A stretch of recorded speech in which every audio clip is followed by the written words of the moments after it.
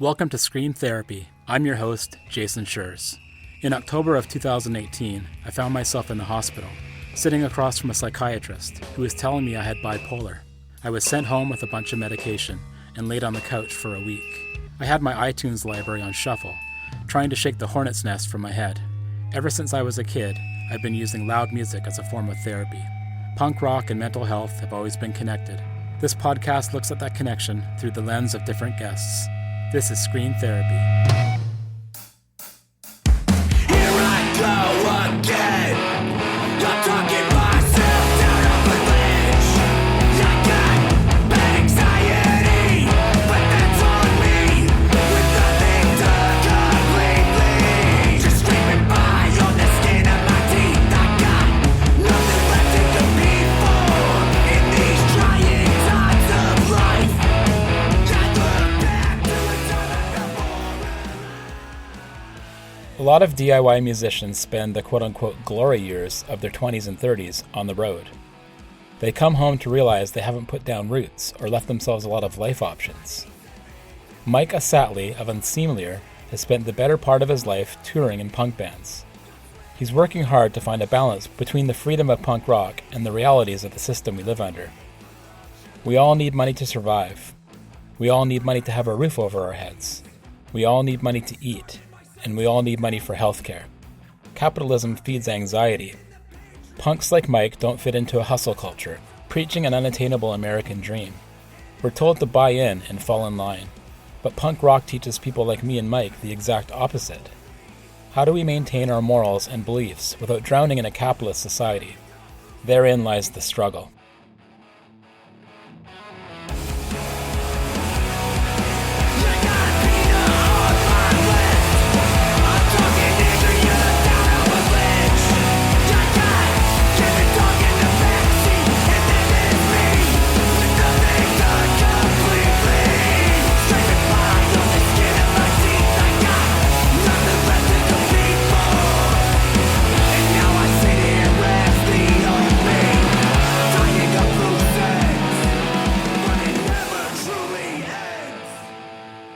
My name is Mike Assatly, 37 years old, grew up around the Boston area, currently play drums in Little Low, and I sing and play guitar in a band called Unseemlier. Probably, I would say, first shows, first bands around 98, 99. Me and my group of friends, we grew up in a town called Stoughton, and we used to book shows. It's like 30 minutes south of Boston, and for some reason it had what I would consider enough of a scene where, like, a lot of me and my friends were like, okay, these older people are doing this stuff. We're going to start booking the shows. Small high school bands and our friends' bands and a few other bands. So I started booking shows and playing in bands with my older brother. He kind of left the picture at I'd say like 2005, 2006. We stopped playing in bands together. Summer 2005, I went on my first tour. I got out of high school 2005. And then from there till probably 2014, I just toured. I toured as much as I physically could. I'd fill in for bands. I did my own band called BearTrap that was like, I basically wrote and recorded everything. And then we just went, whatever friends wanted to play would come on the tour. And, we did 70 days in Europe. I think I played over 45 countries in that band. That was like my main vehicle to like see the world for as cheaply or as free as possible. I did a band called Spirits, which was like a melodic hardcore band from like 2015 to probably 2020. Just been doing it since like the late 90s, early 2000s, but doing it like heavily since 2005, 2006. And I think that I moved to the wilderness of California and worked at a dog rescue for 1 year and completely dropped everything, but then found my way back into it. I mean, the mental health side of that is that, I never really put down roots anywhere, and I didn't really grow up in a well-off family. So like a lot of my touring experience was like stealing to Cliff Bars. I definitely gave myself like a little bit of an eating disorder in my younger years. And like that kind of stayed in the back of my head where like now I feel like I have to keep doing that for some reason, even though I know that I don't. Like I can very well afford food. That's like one of the things that happens when you don't really have a home base, and like a lot of it comes from not growing up in a great scenario. So I don't go to the doctor. Like many Americans don't go to the doctor because they're so scared and everybody's worried that one ambulance ride and one broken leg can take all of your savings away. So like I feel like there's a lot of issues that I have with, I don't know, I guess just dealing with the world the way it is. I feel like a lot of my mental health issues stem from being honestly just being scared of money and capitalism and like the whole grand scheme of things. I feel like for a long time I like ran away from that and I avoided it. Like I was Peter Pan driving around the country and vans that were breaking down left and right, basically living hand to mouth for so long. And now I'm at a point where I watch people in normal society that are like doing their jobs and just living lives. And I'm like, I didn't do that. And I don't know how to acclimate to that. And it just makes you feel like a weirdo, makes you feel like a outsider that punk makes you feel like in general. A lot of people talk about being outsiders, weirdos, freaks in the punk scene, and they kind of take ownership of that and use it as a way to empower themselves. What I'm hearing you say is that sometimes that can go a bit far to the other side, and you kind of end up in a life that, you look around and you're still doing the same thing, and there's nothing wrong with that. I mean, I'm 52 and I still play in punk bands, still put on shows, and I love it. But I think it's a question of learning how to be in the world with that difference. Yeah, it's the balance. It's learning balance, which again, I've never been good with. I never held down that much of a steady job. I would just do what I could so that I could leave again. It's funny to be at 37, just like relearning balance and like figuring out. Never had a career, never had a thought about having an actual career. But I'm at a point where like I'm not going on the road at all anymore, really. Like 5 days here, 10 days there, play a festival, like that type of stuff. But I'm still doing all the booking, still playing in bands. I kind of got to figure out. I just kind of fell into a Craigslist job that's doing fine for me right now, but I don't love it. And I watch people that either love their jobs or are so good at faking loving it. When's the shoe going to drop? Like, what can I do to like make the decision now or make it easier or make it better or just be content with it? For me, punk rock has always been a way to live authentically. Hmm. I've worked jobs where it's 50, 60 hours a week and it almost killed me. So I'm in a place now where I can do things like booking and little side gigs that are fun or enjoyable, but aren't that traditional job in a capitalist society where you're taught to puff off your chest and be strong and not show any kind of weakness. Yeah. But I think that's finding that balance is so important. So, like, growing up in like the grin and bear it type of world, you're also not supposed to show weakness. You're not supposed to feel any type of way like, oh, yeah, this is reality, kid, get a job, blah, blah, blah. And it just seems like back in the day, you could say that, and it actually kind of made sense because you could afford to buy a house off of the salaries that you were getting. Like the way the world is now, it's just so depressing because I feel like I don't have very many friends that like don't rent right now in their late 30s, early 40s. Like a few friends have bought houses and stuff like that, but even they are struggling to pay off those houses. No savings, even growing up in a family that didn't have much, my dad always kind of had a savings. Like it was never as bad as it seemed. And he was very frugal. He taught me, he's probably half the reason why I felt like it was okay to eat a Cliff Bar a day and that's it. The world we live in, especially in the United States, it's just getting more expensive and worse. The American dream isn't actually attainable. They're selling you that dream as if it's still the 50s and you could afford that. I don't know, it's just getting harder and harder daily to like give my free time to something that I don't love, knowing that it's also not really going to fully pay off in the end because it's just like hustle culture. There's no big city in the United States where you can't not have a second job? Well, I also think that with this concept of anxiety, obviously can be a clinical diagnosis of mental health, but there's also this word that's used a lot, anxiety, and really it's the same thing. It's an anxiety culture because we're all taught to fear and we're all scared because of what's going on and what's around us and how we live and the things we do, and it's all anxiety based. So the folks that are living with what I call capital A anxiety, clinical anxiety, those things are coming to the front now because, of course, it's ignited by this anxiety all around you. Yeah. Funny. I like capital A anxiety. Different groups of friends, different people, they talk about a certain kind of hardcore, capital H hardcore, or like capital P punk, but I've never heard it used in like more normal sense, like capital A anxiety. A lot of my anxiety, I feel like, also stems from that side of the culture where it's be a man, get a job. If you're late, you lose your job. I call it alarm anxiety. I remember my dad telling me when he was really little that he didn't sleep through the night. I don't sleep through the night if I have an alarm set. If I know that I have to be up at a certain time, sometimes it'll be 15 minutes before the alarm, but sometimes if my alarm's set for 6 a.m., I'll wake up at 2 a.m. and then Yeah. just tumble around for 4 hours. And it's all under that capitalist guise of you need to be here on time or else you're going to get fired. And if you lose your job, then you're going to lose your house. And, it's all like the doom and gloom side of like what you're taught when you're younger. I say all this with a grain of salt because my father also like was very into the idea. He was like, "Oh, go tour while you're young. If you don't want to have kids early, you don't have a career yet, like do all of this while you're young because you'll have the rest of your life to do the other stuff."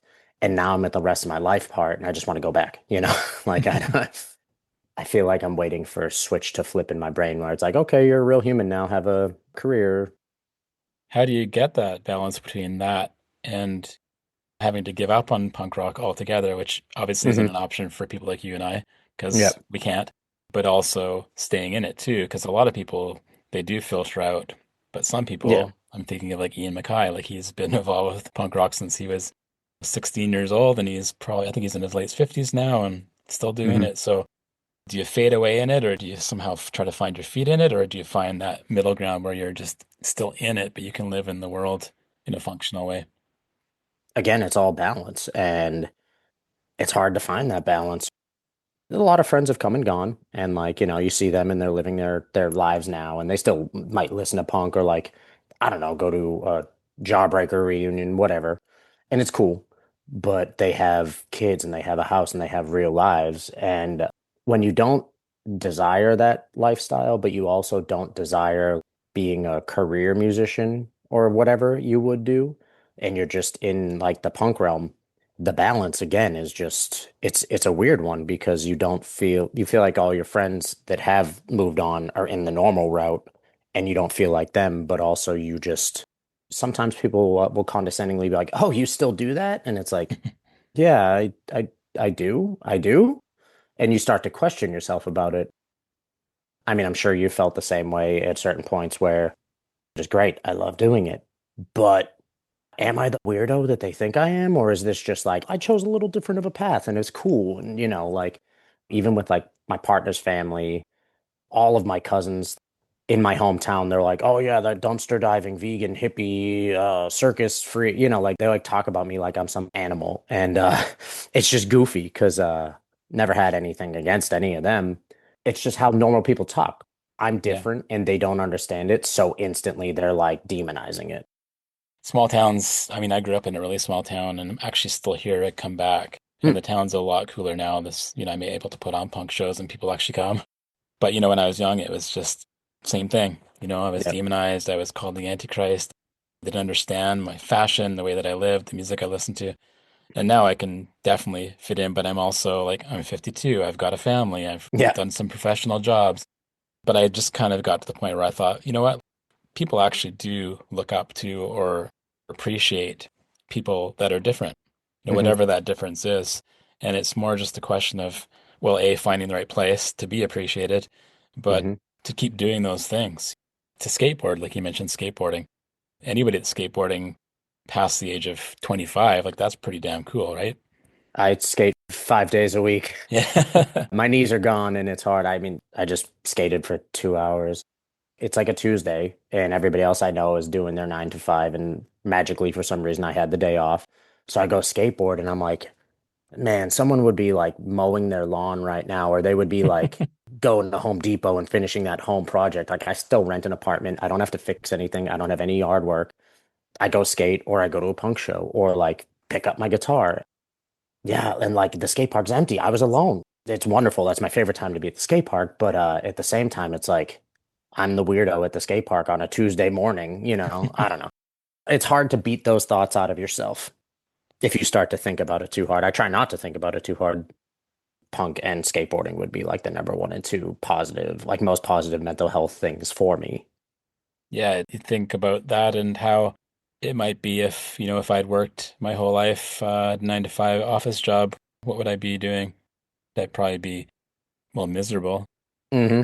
I live with bipolar, so who knows what could have happened with that if I was, in fact, in some ways that did happen because I was at a really horrible job and it did become part of my crisis that I had. But it is hard because we're taught to be doers, right? And then someone in one of my support groups said, well, we're human beings. We be, we don't do, right? Which I thought was really cool.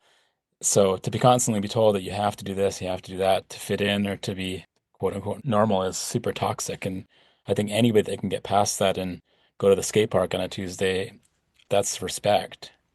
Well, thank you for that because again, I don't always feel that way about myself. But it's funny how it's like hustle culture in general and like the way the world is right now.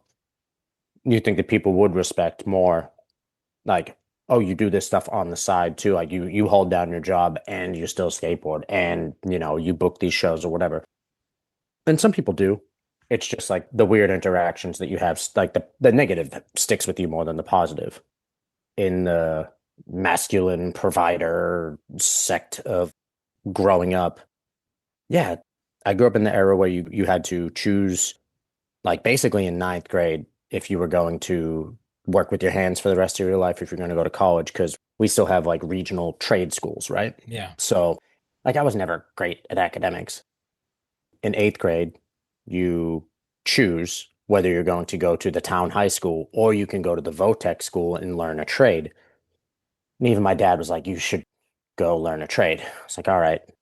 I'm a welder by trade, but I left within the first year because starting out, like you do the grunt work forever in that toxically masculine world of the trades. Like the people I worked in the shop with, I was just a peon, but they're trying to toughen you up. You don't need to be super tough to be a good welder. It's not a crazy, strenuous physical labor. Honestly, it's bad for your lungs. You can sit in a booth 8 hours a day and not really move and just you set your project up in front of you, you weld it, done. But they would just make me grind welds with like these 50-pound grinding wheels for 10 hours a day. We used to have like mandatory overtime because of contracts that we had. And I just knew that I would be doing that for 10 years and being punk. I learned this trade so that I can weld. I didn't learn this trade so that I can be stuck in this dingy ass warehouse doing other people's grunt work. That was at a point where my dad was saying, yeah, go on tour, do whatever you want. You'll always have a roof over your head if I have a roof. Every conversation about having a job, it's never constructive. It's like, be a man, get a job. It's definitely had a strain on my mental health and how I live my life nowadays. You talked before about having a fear of going to a doctor, not only for financial reasons. Have you had a chance to seek any help mentally, like to go to any kind of therapy or?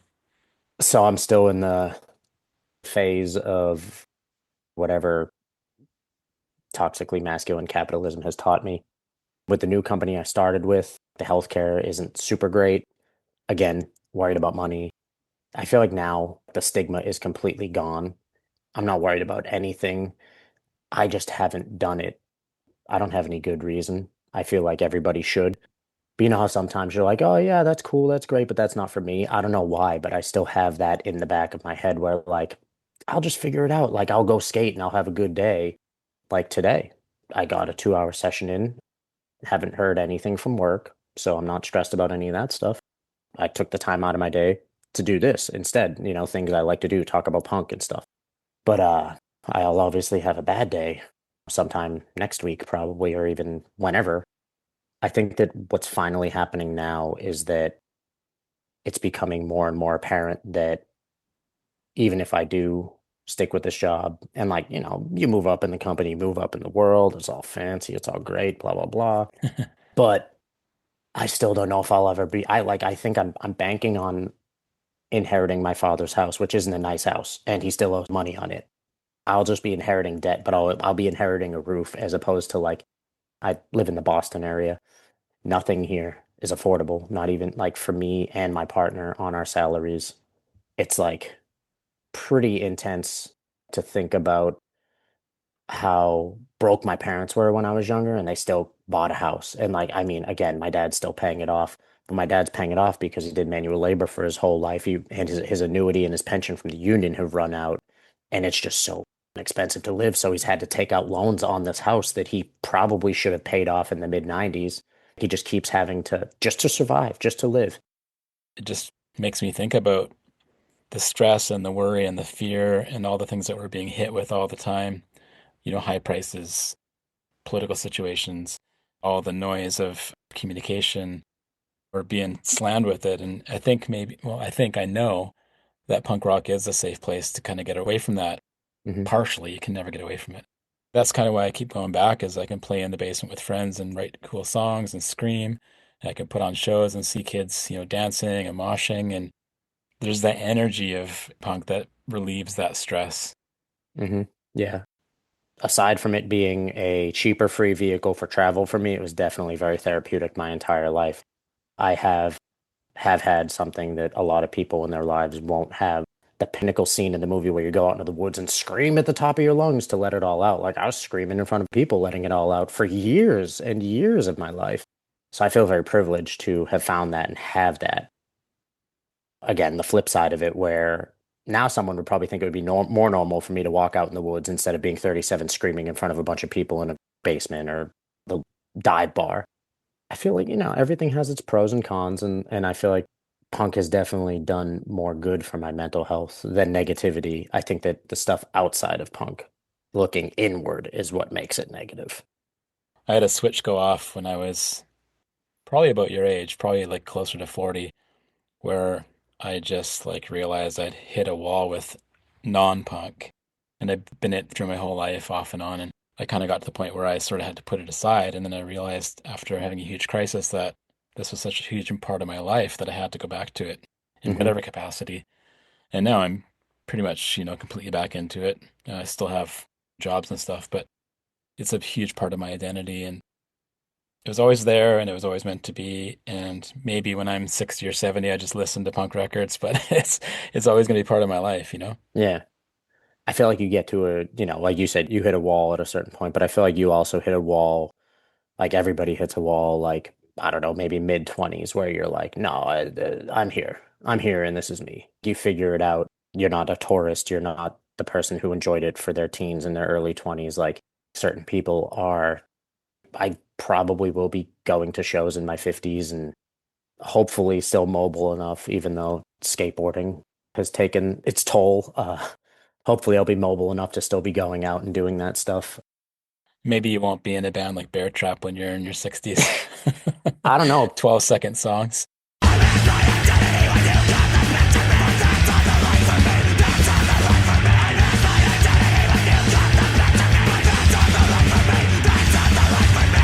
The two or three people that actually liked it in the world keep asking me to do it again, and I keep saying no. So you see that movie, The Wrestler, back in the day, where Hmm. Mickey Rourke gets back in the Yeah. ring? Yeah, it'll be that last elbow drop scene. But yeah, I hopefully will not be in a band like that in my 60s. I'm sure crazier things have happened on the planet. I think that it's very beneficial to give up a lot of the mindset and the things we were taught when we were younger about the stigmas and feeling weak. Right now, right now I focus more on skateboarding and trying to make myself mentally happy.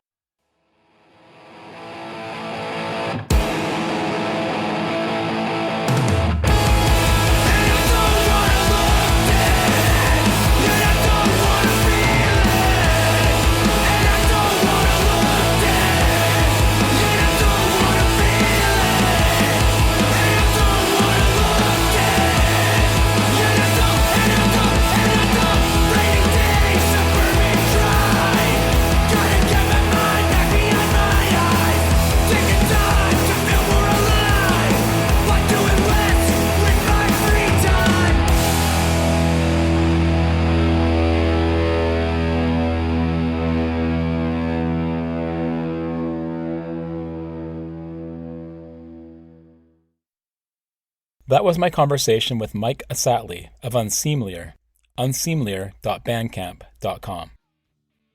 For more episodes of Screen Therapy, go to screentherapyhq.com or wherever you listen to podcasts. Big news, the Screen Therapy book is available now. Screen Therapy, A Punk Journey Through Mental Health, tells my story and the stories of others who use punk as a catalyst for mental health. Like this podcast, it links the community-minded punk scene with the mental wellness of the punks who belong to it. To order the book, go to screentherapyhq.com. For merch, check out screamtherapy.threadless.com. Okay, enough promoting. It's time for some thanking. Thank you for listening to Screen Therapy. Doing this podcast and talking to folks about punk rock and mental health has been a crucial part of my own mental stability, and it means so much to me that you're out there listening. Screen Therapy is created in the Cathet region of coastal British Columbia, Canada, on the traditional territory of the Tla'amin Nation. Contact me at screentherapyhq.com or email me at screentherapypodcast@gmail.com. I'd love to hear from you. Let's talk about punk rock and mental health. Until next time, take care and be well.